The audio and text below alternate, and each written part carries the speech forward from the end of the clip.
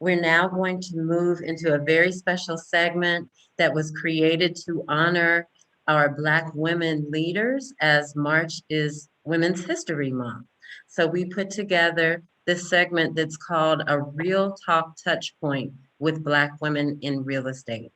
So without further ado, I'm going to introduce to you Miss Janetta Pay.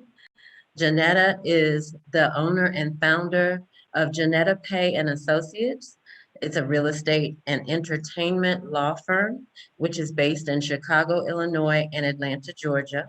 Janetta is the lead legal counsel and co-funder of the Tulsa Real Estate Fund, TREF, the first African American owned and managed regulation A plus two-tier real estate investing crowd fund in American history. So we need to give her a virtual hand clap for that.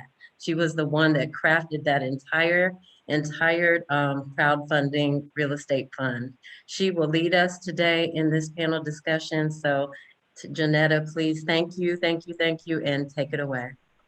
Thank you, Jill, for the introduction. And I'm really excited to introduce the amazing women that we'll be chatting with today. So the first amazing woman is Madam Evelyn Reeves, who I'm sure many of you are familiar with. She is the past NAREB president and the first female president. So she paved the way for us to have leadership positions in NAREB. And she's also the chair of the NAREB Foundation. And then our second speaker today is going to be Madam Shaniqua Badger.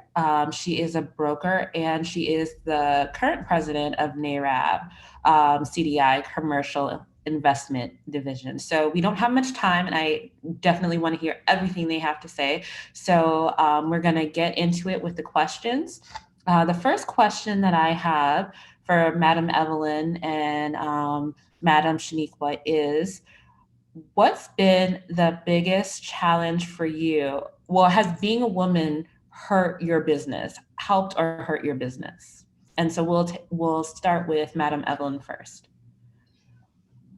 Well, I'm going to be honest with you. I really never had a real challenge as a female in real estate. I can't say why I did not.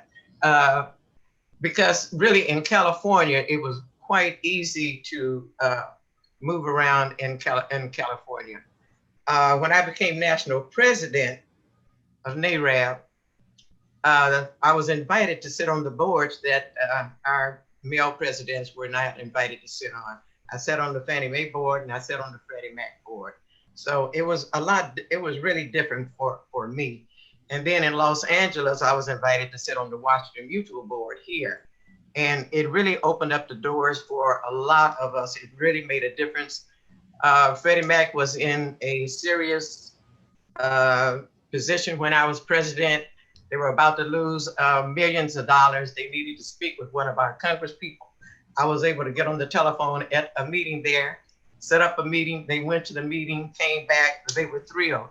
So that's why they have always stuck with NAREB since that time. But I really have not had any challenges at all. Well, that's really great to hear that being a woman has helped you in this field. Madam, you have to remember one thing though. White men do not challenge Black women. They will challenge a Black man, but they do not challenge Black women. And I think they realize that with my attitude, I can have a very strange attitude at times, but it helped a lot. And I've definitely noted that. I'm writing that one down. Madam Shaniqua, do you have anything you want to add from your perspective? Has being a woman helped or hurt you? Well, I can't say that it either way. I mean, I can't say that it's been a huge hindrance, but I will be very transparent and say something very brave. I think that in anything in building a business, being a single woman has been a hindrance, because we all know that when you're in the weeds of your business and I'm in a very high value market, which is the San Francisco Bay Area. And when you're in the weeds of your business, you're trying to provide for your family, it's always better to have two people doing it instead of one. So more than that, I think more than anything, that's been the like hindrance. I don't think it's actually hurt me. It's made me kind of get more intentional and be very tenacious about how and when I do business.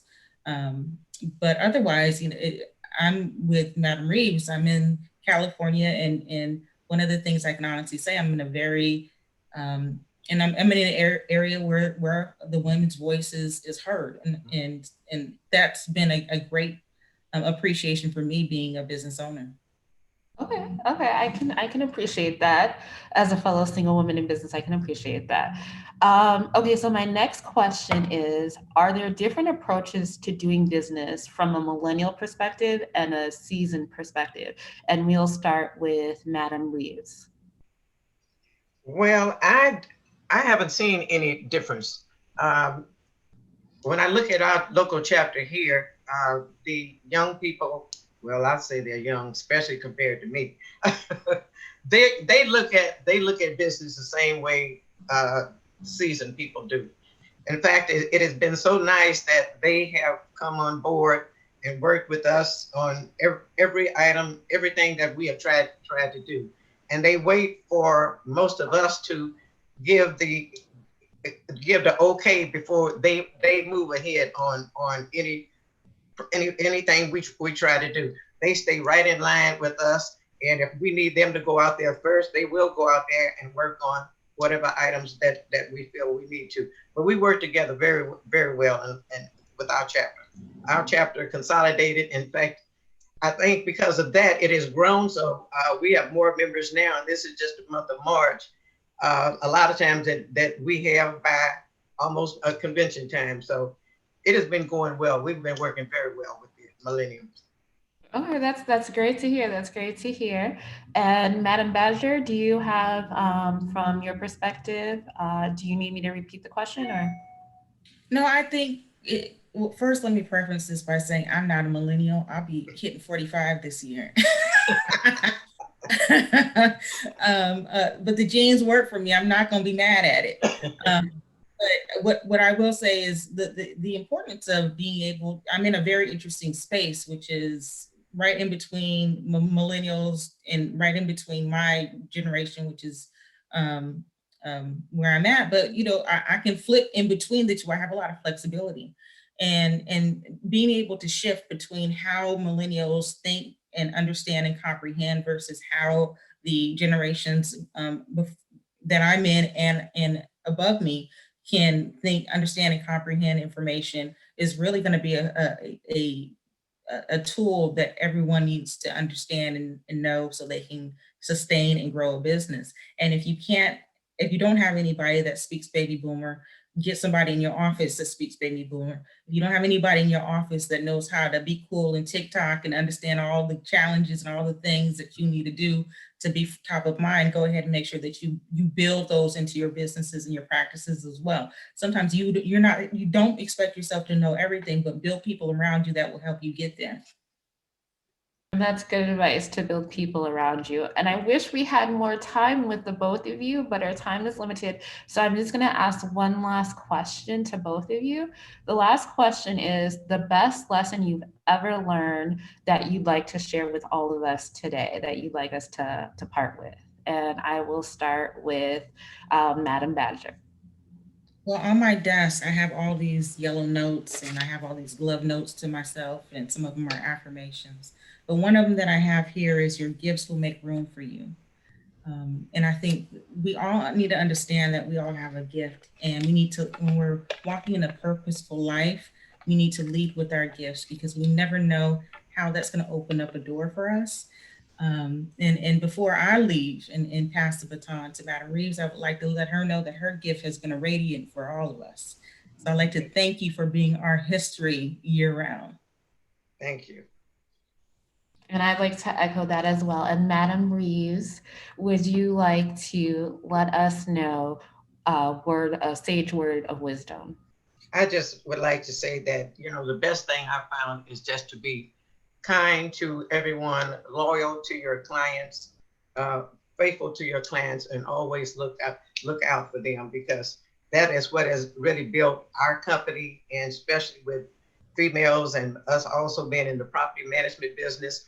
Like one one of the ladies came to me and said, you know, I've watched you and I have 9 buildings that I own. I want you to take these over for management since you're in the management business. But just being out there and speaking to people and being kind and loyal to people. And that's what it's helped build our company. And loyalty and kindness is definitely key. So I want to thank both of you guys for your insight and your knowledge and just sharing with the community today. Thank you so much for that. And I'm going to turn it over to Jill Harrison. You're welcome. Thank you. Thank you. Thank you, thank you, thank you, thank you, Janetta. Thank you, Madam Evelyn, and thank you, Madam Badger. You guys are amazing. You give us all, women and men alike, so much to aspire to. We can't thank you enough for your service to and dedication to this organization.